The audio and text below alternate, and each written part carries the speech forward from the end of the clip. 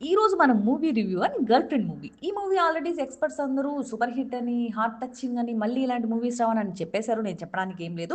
But ఈ మూవీలో ఒక సిల్లీ థింగ్ ఉంది. అది బిగ్గెస్ట్ మిస్టేక్. ఇది 90స్‌లో జరుగుతుందా? 80స్‌లో జరుగుతుందా? నాకైతే అర్థం కాలేదు. ఆ రోజుల్లో అంటే అమ్మాయిలు చాలా అమాయకంగా ఉన్నారు. ఓకే. భయపడేవాళ్ళు ప్రతిదానికి అనుకునేవచ్చు.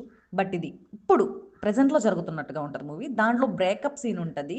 Worst thing. సిల్లీ థింగ్ గూడా. ఒకే ఒక రీజన్ చెప్పి బ్రేకప్ అంటది. లెట్ మీ గో అంటది.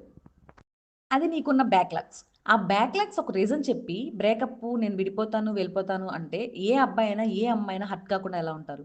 ఎవ్వరైనా ఏం థింక్ చేస్తారు? నేనేదో డెవలప్ అవుతాను అనుకుని ఇన్ని రోజులు నాతో లవ్‌లో ఉంది. బట్ ఇప్పుడు నేను డెవలప్ కాను కాబట్టి నాకు బ్యాక్‌లాగ్స్ ఉన్నాయి కాబట్టి వెళ్ళిపోవాలనుకుంటుంది. అంటే అమ్మాయి క్యారెక్టర్‌ని ఎలా డిసైడ్ చేసుకుంటారు వాళ్ళు? కనీసం వాళ్ళ అమ్మకి ఏదైతే జరిగిందో అలా నేను బతకలేకపోవచ్చు. నువ్వు నా దగ్గర ఉంటే నా ఓన్ లైఫ్ అనేది ఉండదు. మా మమ్మీ వాళ్ళకి దూరమైపోతాను. అలాగే నా ఫ్రెండ్స్ కూడా దూరమైపోతాను. నీకెలాగో ఒక ఫ్యామిలీ, ఒక ఫ్రెండ్ ఉందో నాకు కూడా ఇండివిడ్యువల్‌గా అలాగే ఉంటుంది. ఇవి ఏమి ఒక్క చిన్న ఎక్స్‌ప్లనేషన్ కూడా ఉండదు. లేదా నేను నిన్ను స్టార్టింగ్ నుంచి ఇష్టపడలేదు. నువ్వు ఇష్టపడడం వల్లే నేను బలవంతంగా ఉన్నాను. భయపడ్డాను నిన్ను చూసి. అందువల్ల నేను ఇన్ని రోజులు కంట్రోల్‌గా ఉన్నాను. సో, నాకింక ఉండాలని లేదు. అందుకనే లెట్ మీ గో. ఇవి ఏమి ఒక్క రీజన్ కూడా చెప్పదు. ఏమైనా చెప్పాలి అనుకుంటే క్లైమాక్స్ సీన్. క్లైమాక్స్ సీన్‌లో మాత్రం అల్టిమేట్‌గా ఉంటది.